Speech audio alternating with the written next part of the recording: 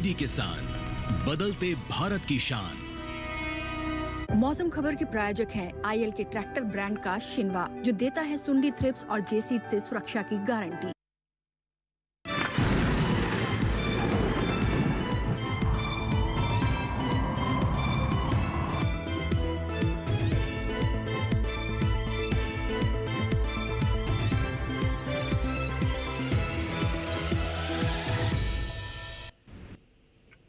नमस्कार, स्वागत है आपका मौसम खबर में। मैं हूं अंजू सिंह।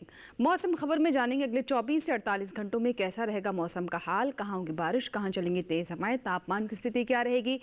लेकिन शुरुआत करते हैं मौसम से जुड़ी 5 बड़ी खबरों के साथ। तो आइए सिलसिलेवार तरीके से इन 5 बड़ी खबरों पर नजर डालते हैं। तो सबसे पहले आपको जानकारी दे दें कि हिमाचल प्रदेश में कहीं कहीं बेहद भारी बारिश होने का अंदेशा, यानी कहीं कहीं काफ़ी ज़्यादा बारिश हिमाचल प्रदेश में हो सकती है। अगली खबर जो है वो उत्तराखंड से जुड़ी हुई है, जहाँ पर इक्का दुक्का जगह पर मूसलाधार वर्षा होने की संभावना है, यानी यहाँ पर भी हेवी रेन होने की संभावना है। पूर्वी राजस्थान की बात करें तो यहाँ कहीं कहीं हो सकती है काफ़ी ज़्यादा बारिश। अगली खबर जो है पश्चिमी मध्य प्रदेश से जुड़ी हुई है, जहां पर कुछ स्थानों पर तेज बारिश की संभावना है। तो मौसम से जुड़ी 5 बड़ी खबरों में जो खबर है वो है एक अरुणाचल प्रदेश से भी, जहां पर कहीं कहीं पर जमकर बरसेंगे बादल। तो ये थी मौसम से जुड़ी 5 बड़ी खबरें। और आइए बढ़ते हैं कार्यक्रम में आगे और जानते हैं मौसम अलर्ट के बारे में, जिसके लिए चलते हैं हमारी AI एंकर भूमि के पास।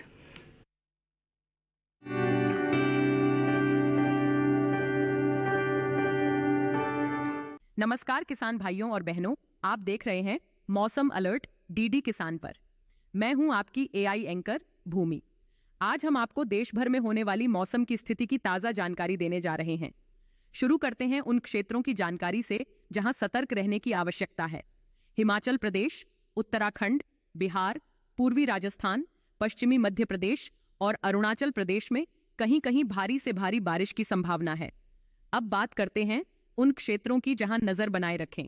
असम, मेघालय, नागालैंड, मणिपुर, मिजोरम, त्रिपुरा, उप हिमालयी पश्चिम बंगाल, ओडिशा, झारखंड, उत्तर प्रदेश, पंजाब, हरियाणा, मध्य महाराष्ट्र, गुजरात, कोंकण गोवा, जम्मू कश्मीर और लद्दाख में कहीं कहीं भारी बारिश की संभावना है। बाकी सभी राज्यों में फिलहाल कोई विशेष चेतावनी नहीं है। ये थी मौसम की ताजा जानकारी। कृपया सुरक्षित रहें। धन्यवाद।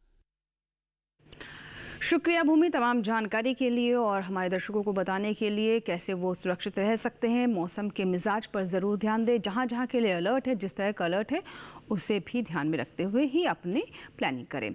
आइए बढ़ते हैं आगे और बात करते हैं मौसम पूर्वानुमान के, जिसमें हम आपको बारिश का पूर्वानुमान एक तरीके से बताते हैं कि देश के कौन कौन से हिस्से जहाँ पर अधिकतर जगहों पर बारिश होगी, कहाँ कहाँ कुछ एक जगहों पर बारिश होने वाली है और कहाँ कहाँ पर ज़्यादातर इलाकों में बारिश होगी। तो आइए आपको सबसे पहले जम्मू कश्मीर लद्दाख के बारे में बता दें। तो कई जगह बरसात का अनुमान है। पंजाब, हरियाणा, दिल्ली और उत्तर प्रदेश में कई जगह बरसात होगी, लेकिन हिमाचल प्रदेश, उत्तराखंड में अधिकतर जगहों पर बरसात होने की संभावना, जैसा कि हमने 5 बड़ी खबरों में भी आपको बताया था। तो ये वो क्षेत्र हैं जिन पे आपकी नज़र रहनी चाहिए। खासतौर पर जो लाल रंग में है वहाँ को लेकर अलर्ट जारी किया गया है। पूर्वोत्तर के राज्यों की बात करें तो अरुणाचल प्रदेश, असम, मेघालय, उप हिमालय पश्चिम बंगाल, सिक्किम और बिहार में अधिकतर जगहों पर बारिश होने की संभावना है, लेकिन वहीं नागालैंड, मणिपुर, मिजोरम, त्रिपुरा में कई जगह बरसात हो सकती है। झारखंड, आगे पश्चिम बंगाल में भी कई जगह पर बरसात होने की संभावना है। रुक करते हैं दक्षिण भारत की ओर, जिसमें अगर हम खासतौर पर नजर डालें केरल और भीतरी दक्षिण कर्नाटक और तटीय कर्नाटक पर, तो कई जगह बरसात हो सकती है, लेकिन तमिलनाडु, रायलसीमा, तटीय आंध्र प्रदेश, भीतरी उत्तर कर्नाटक, तेलंगाना में कहीं कहीं बारिश होने की संभावना है। तो देश के वो कौन कौन से इलाके हैं जहां पर ज़्यादातर इलाकों में बारिश होगी, उनमें से मध्य भारत में आप देख सकते हैं कि पश्चिमी मध्य प्रदेश और पूर्वी मध्य प्रदेश और साथ ही पूर्वी राजस्थान भी शामिल है, जहां पर अधिकतर जगहों पर बरसात हो सकती है। छत्तीसगढ़, विदर्भ और साथ ही अगर हम गुजरात की बात करें तो कई जगह यहाँ पर बारिश होने की संभावना है। वहीं मराठवाड़ा, मध्य महाराष्ट्र में कहीं कहीं बारिश हो सकती है। अब बात करते हैं मौसम की चाल की, पिछले 24 घंटों में मौसम का क्या हाल रहा, कहाँ कितनी बारिश हुई। तो शुरुआत करते हैं जम्मू कश्मीर लद्दाख से। तो आप देख सकते हैं कि जम्मू कश्मीर में पिछले 24 घंटों में बारिश दर्ज की गई है, लद्दाख में नहीं है। हिमाचल और उत्तराखंड में, हिमाचल प्रदेश और उत्तराखंड की बात करें तो अधिकतर जगहों पर बारिश हुई है। पंजाब, हरियाणा और साथ ही अगर हम पूर्वी राजस्थान की बात करें तो यहाँ पर भी बारिश दर्ज की गई है। पूर्वोत्तर के राज्यों की बात करें तो अरुणाचल प्रदेश, असम, मेघालय में ज़्यादातर जगहों पर बारिश रही। नागालैंड, मणिपुर, मिजोरम, त्रिपुरा में कहीं कहीं बारिश बारिश दर्ज की गई। उप हिमालय पश्चिम बंगाल और सिक्किम में भी बारिश दर्ज की गई। इसी तरीके से गांगे पश्चिम बंगाल, बिहार, झारखंड में और उड़ीसा में भी बारिश रही। दक्षिण की ओर आए तो आप देख सकते हैं कि तमिलनाडु, केरल, रायलसीमा, चाहे वो तटीय आंध्र प्रदेश हो, तेलंगाना हो, इसके साथ ही तटीय कर्नाटक में भी पिछले 24 घंटों में यहाँ पर बारिश दर्ज की गई है। अब हम रुक करते हैं मध्य भारत की ओर, यानी मध्य भारत में बारिश की स्थिति क्या रही, इसके बारे में आपको जानकारी देते हैं। लेकिन फिलहाल अभी आपने देखा दक्षिण का हाल। पूर्वी मध्य प्रदेश, छत्तीसगढ़, विदर्भ, मराठवाड़ा, मध्य महाराष्ट्र, कोंकण, गोवा में भी पिछले 24 घंटों में यहाँ पर बारिश दर्ज की गई है। मध्य भारत में ज़्यादातर इलाकों में ज़्यादातर जगहों पर कहीं ज़्यादा बारिश दर्ज की गई है। वहीं गुजरात की स्थिति की ओर हम नजर डालें तो यहाँ भी पिछले 24 घंटों में बारिश दर्ज की गई। फिलहाल इसी के साथ ही यहाँ वक्त हुआ एक छोटे से ब्रेक का। ब्रेक के बाद भी मौसम खबर जारी रहेगा। आप देखते रहे मौसम खबर।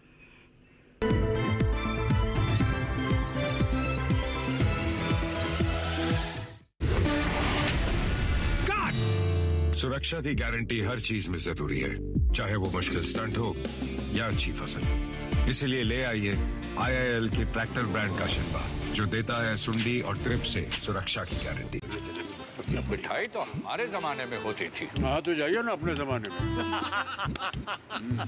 रोमांस तो हमारे जमाने में होता था। पेमेंट भी उसी जमाने का है। अरे भैया डिजिटल पेमेंट करना सीखे नए जमाने में। इजी, सेफ एंड फास्ट है। हमने तो इनको डिजिटल पेमेंट करना सिखा दिया। आपने ये सेल्फी लेते हैं, ये हमारे जमाने का है। RBI कहता है कि डिजिटल पेमेंट अपनाओ, औरों को भी सिखाओ।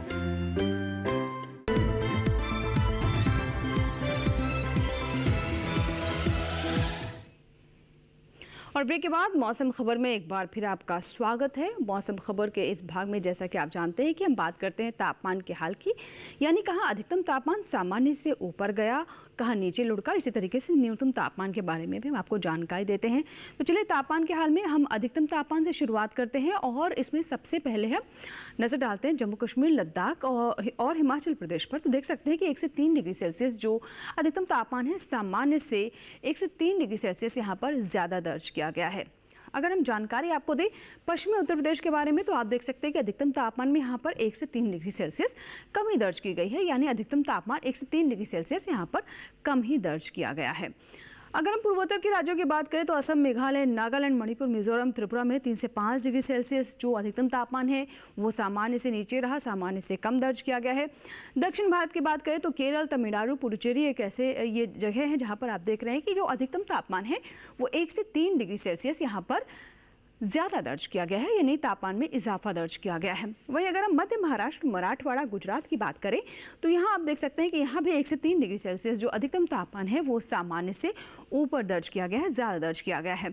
मध्य भारत की बात करें तो पश्चिमी मध्य प्रदेश, पूर्वी मध्य प्रदेश में 3 से 5 डिग्री सेल्सियस जो अधिकतम तापमान है वो सामान्य से कम रहा है। काफ़ी ज़्यादा बारिश यहाँ पर हो रही है और तापमान में भी आप देख रहे हैं यहाँ पर गिरावट दर्ज की जा रही है। और अगर हम यहाँ पर बात करें कि सबसे अधिक तापमान कहाँ दर्ज किया गया तो आप देख सकते हैं कि तमिलनाडु में सबसे ज़्यादा तापमान दर्ज किया गया है। अब बात करते हैं न्यूनतम तापमान की, तो देख सकते हैं जम्मू कश्मीर, लद्दाख, हिमाचल प्रदेश में न्यूनतम तापमान सामान्य से 1 से 3 डिग्री सेल्सियस ऊपर दर्ज किया गया है, ज़्यादा दर्ज किया गया है। इसी तरीके से अगर हम नज़र डालें तेलंगाना और साथ ही सौराष्ट्र और कच्छ पर तो यहाँ पर न्यूनतम तापमान 1 से 3 डिग्री सेल्सियस ऊपर रहा है, ज़्यादा दर्ज किया गया है। तो देश के विभिन्न हिस्सों में अधिकतम न्यूनतम तापमान की क्या स्थिति है, कहाँ ज़्यादा रहा, कहाँ कम रहा, उसमें अगर हम तमिलनाडु पर नज़र डालें तो 1 से 3 डिग्री सेल्सियस यहाँ पर न्यूनतम तापमान जो है सामान्य से कम दर्ज किया गया है। इसी तरीके से गुजरात में भी ये नीचे ही रहा है। पूर्वी राजस्थान, पश्चिमी राजस्थान में जो न्यूनतम तापमान है वो 1 से 3 डिग्री सेल्सियस ज़्यादा दर्ज किया गया है। तो अधिकतम न्यूनतम तापमान में हम आपको लगातार जानकारी दे रहे हैं। और इसी कड़ी में अगर हम बात करें मध्य भारत में पूर्वी मध्य प्रदेश की तो 3 से 5 डिग्री सेल्सियस जो न्यूनतम तापमान है वो ज़्यादा दर्ज किया गया है। हालांकि अधिकतम तापमान में गिरावट रही है लेकिन न्यूनतम तापमान ज़्यादा दर्ज किया गया है। और सबसे जो कम तापमान है वो पूर्वी मध्य प्रदेश के नरसिंहपुर में 20 डिग्री सेल्सियस दर्ज किया गया है। तो ये तो बात हुई अधिकतम और न्यूनतम तापमान की, और हमने आपको बताया कि देश को कौन कौन से हिस्से हैं जहाँ पर अधिकतम तापमान सामान्य से ऊपर रहा, कहाँ नीचे रहा। इसी तरीके से न्यूनतम तापमान की भी अभी आपने जानकारी ली। फिलहाल नजर डालते हैं देश के बाकी हिस्सों पर अधिकतम और न्यूनतम तापमान की स्थिति क्या रही।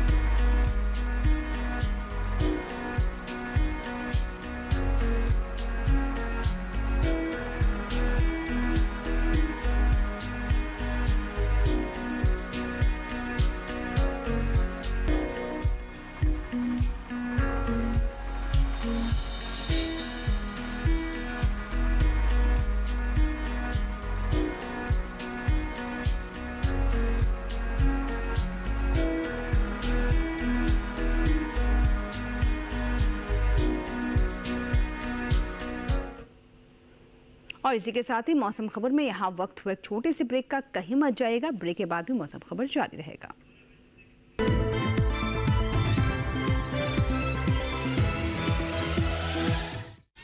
युविका जी, आपने जो बच्चों के लिए गिफ्ट दिए थे उनमें से तो ये उत्पाद निकले।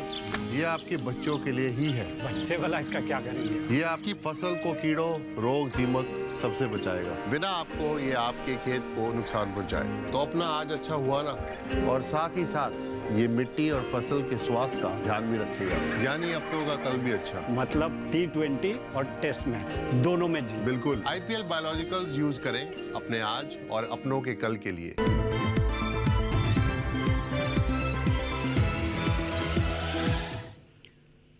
और ब्रेक के बाद एक बार फिर आपका स्वागत है। आप देख रहे हैं मौसम खबर, और मौसम खबर के इस भाग में हम बात करते हैं एयर क्वालिटी इंडेक्स की। तो इसके लिए एक बार फिर से चलते हैं AI एंकर भूमि के पास।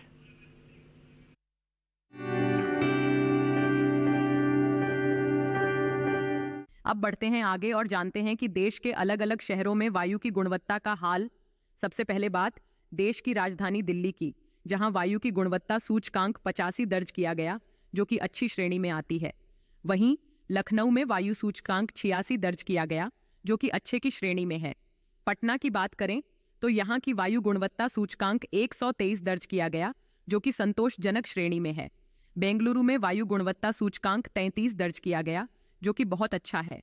मुंबई की बात करें तो यहाँ वायु की गुणवत्ता भी बहुत अच्छी रही। यहाँ गुणवत्ता सूचकांक 44 दर्ज हुआ।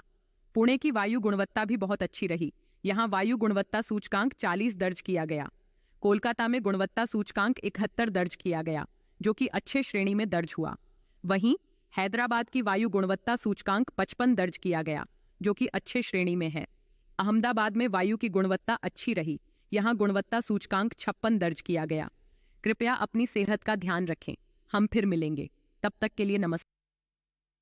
शुक्रिया भूमि, वायु गुणवत्ता पर तमाम जानकारी के लिए। आइए बढ़ते आगे और अब बात करते हैं पर्यटक स्थलों के मौसम पूर्वानुमान की, यानी देश के जो लोकप्रिय पर्यटक स्थल हैं वहाँ पर कैसा रहेगा मौसम अगले 4 दिनों में, इसके ऊपर हम आपको जानकारी देते हैं। तो आइए पर्यटक पूर्वानुमान की शुरुआत करते हैं। सिलसिलेवार तरीके से देश के विभिन्न हिस्सों के बारे में आपको जानकारी देते हैं। शुरुआत करते हैं हम जम्मू कश्मीर और गुलमर्ग से, जहां आप देख सकते हैं कि शनिवार, रविवार, सोमवार, मंगलवार चारों ही दिन यहां पर धूप और छांव का खेल रहेगा। धूप खिलेगी, हो सकता है बीच बीच में हल्की फुल्की बारिश भी हो जाए, क्योंकि बादल भी छाए रहेंगे।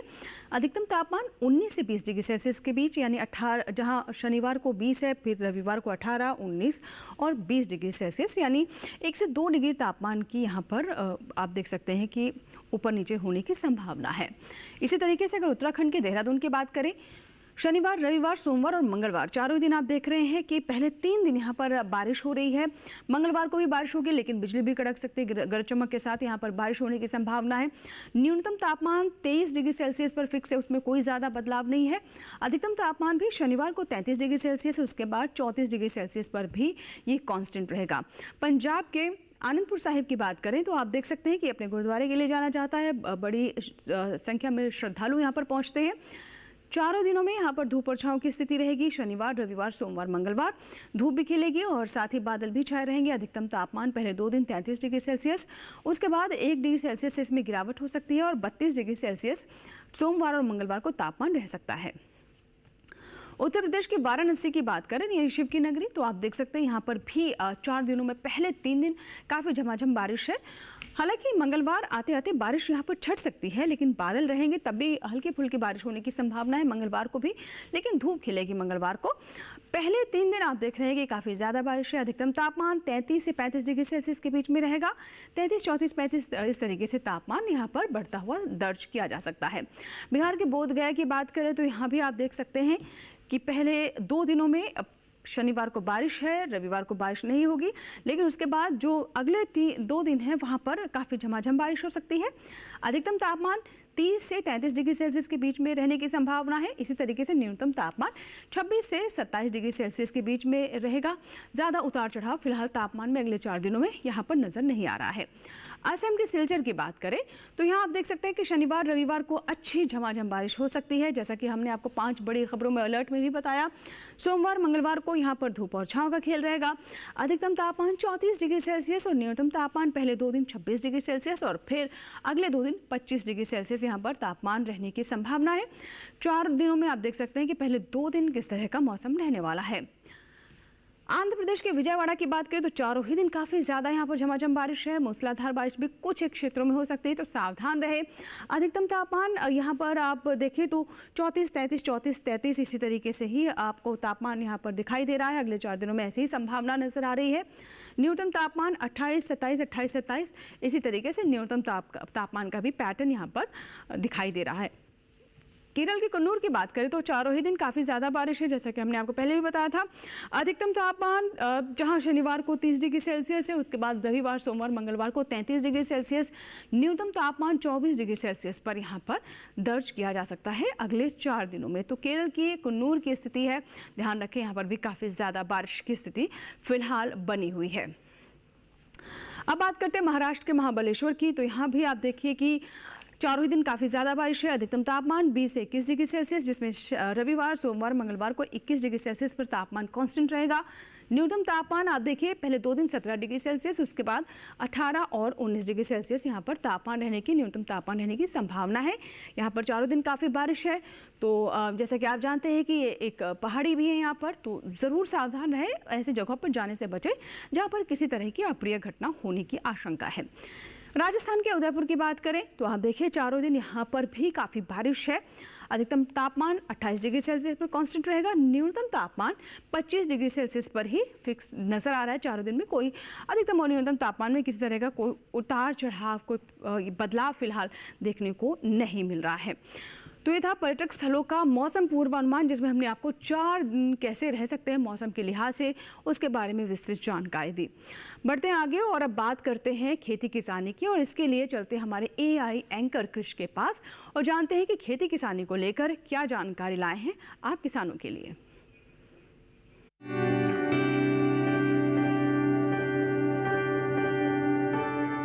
नमस्कार, आप देख रहे हैं DD किसान। मैं हूं AI कृष और आज हम पंजाब और हरियाणा में होने वाली खेती किसानी से संबंधित सलाहों के बारे में पूरी जानकारी देंगे। मौसम को ध्यान में रखते हुए पंजाब के किसान धान के खेत में जल भराव की स्थिति न होने दे। यहाँ के किसान कम अवधि वाली धान की किस्मों में रोपाई के 5 सप्ताह बाद जरूरी उर्वरकों का छिड़काव करें। पंजाब के किसान कपास फसल की उचित देखभाल करें। कपास के खेतों में उचित जल निकासी की व्यवस्था रखें। पंजाब के किसान मूंगफली फसल में 2 बार गुड़ाई करें। पहली गुड़ाई बुवाई के 3 सप्ताह बाद और दूसरी गुड़ाई उसके 3 सप्ताह बाद की जा सकती है। अभी का समय यहाँ के किसान भिंडी की पंजाब सुहावनी और पंजाब लालिमा किस्मों की बुवाई कर सकते हैं। साथ ही पंजाब में अभी लौकी, करेला, तोरई और टिंडा की बुवाई कर लें। पंजाब में फूलगोभी की अगेती किस्मों की मुख्य खेत में रोपाई कर लें। पंजाब के किसान गन्ने की फसल को सहारा प्रदान करें। गन्ने के खेतों में बारिश का पानी भर जाए तो अतिरिक्त पानी को बाहर निकाल दें। यहाँ के किसान मक्के की खेतों में उचित जल निकासी की व्यवस्था रखें। बात करें हरियाणा की तो अधिकतम उपज प्राप्त करने के लिए नियमित अंतराल पर कद्दू वर्गीय सब्जियों की तुड़ाई कर लें। साथ ही हरियाणा के किसान टमाटर, मिर्च, बैंगन और भिंडी जैसी अन्य सब्जियों की तुड़ाई कर सकते हैं। इसके अलावा हरियाणा के किसान धान के खेत से अतिरिक्त पानी को बाहर निकाल लें। साथ ही साफ मौसम होने पर जरूरत के अनुसार उर्वरकों का छिड़काव करें। यहाँ के किसान कपास फसल की भी उचित देखभाल करें। बारिश होने पर खेतों में उचित जल निकासी की व्यवस्था रखें। इसी तरह कृषि और किसानों से जुड़ी हर महत्वपूर्ण जानकारी के लिए हमारे साथ जुड़े रहिए और देखते रहिए DD किसान। धन्यवाद। खेती किसानी से जुड़ी तमाम जानकारी के लिए तो ये थे हमारे AI एंकर कृष, जिन्होंने खेती किसानी के बारे में अभी हमें काफ़ी महत्वपूर्ण जानकारियाँ दी। फिलहाल बढ़ते हैं आगे और अब बात करते हैं कि इस मानसून के सीज़न में विभिन्न फसलों को लेकर अलग अलग क्षेत्रों में किस तरह की सावधानी बरतने की आवश्यकता है, ये जानने के लिए आपको लेकर चलते हैं पुणे में स्थित किस तरह मौसम विभाग में आशुतोष मिश्र, डॉक्टर आशुतोष मिश्र इसके बारे में विस्तार से जानकारी दे रहे हैं। आइए सुनते हैं उन्हें। मध्य प्रदेश में मक्का, दलहनी फसलों तथा सब्जियों की नर्सरी में जल निकासी की उचित व्यवस्था बनाए रखें। खरीफ फसलों में निराई और गुड़ाई कार्य भी कर सकते हैं। छत्तीसगढ़ में मौसम साफ होने पर अरहर, मूंगफली, उड़द, मूंग आदि में निराई और गुड़ाई कार्य किया जा सकता है। साथ ही यूरिया का छिड़काव भी आवश्यकता अनुसार कर सकते हैं। प्रतिरोपित धान के खेतों से अतिरिक्त वर्षा जल की निकासी उचित व्यवस्था भी सुनिश्चित कर लें। मध्य महाराष्ट्र के घाट क्षेत्रों, कोंकण तथा पूर्वी विदर्भ में प्रतिरोपित धान में उचित जल स्तर बनाए रखें। केरल में धान के खेतों में जल भराव से जमाव बचाने हेतु जल निकासी की उचित व्यवस्था भी सुनिश्चित कर लें।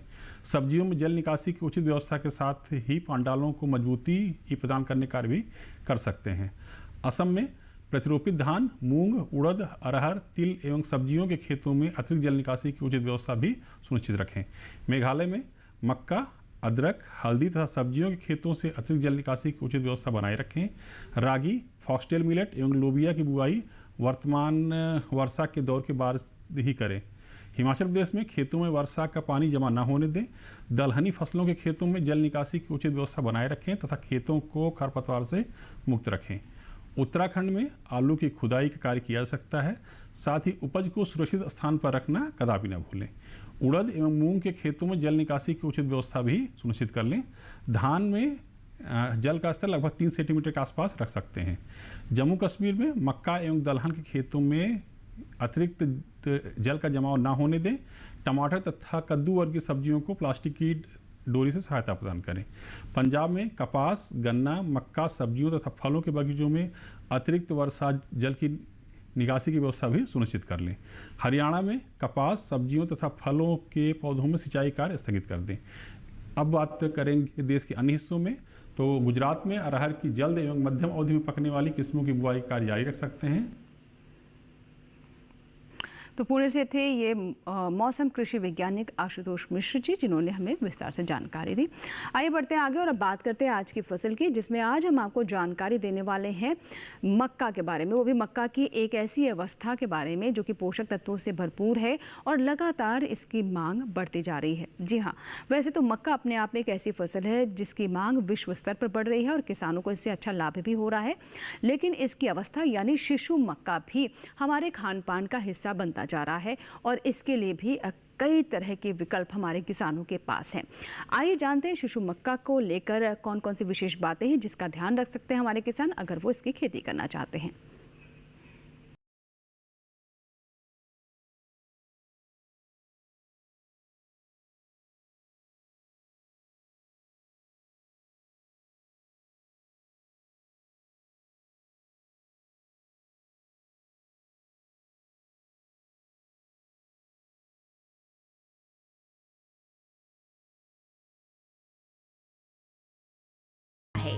भारत में इसकी खेती मुख्य रूप से शहरों से सटे इलाकों में होती है।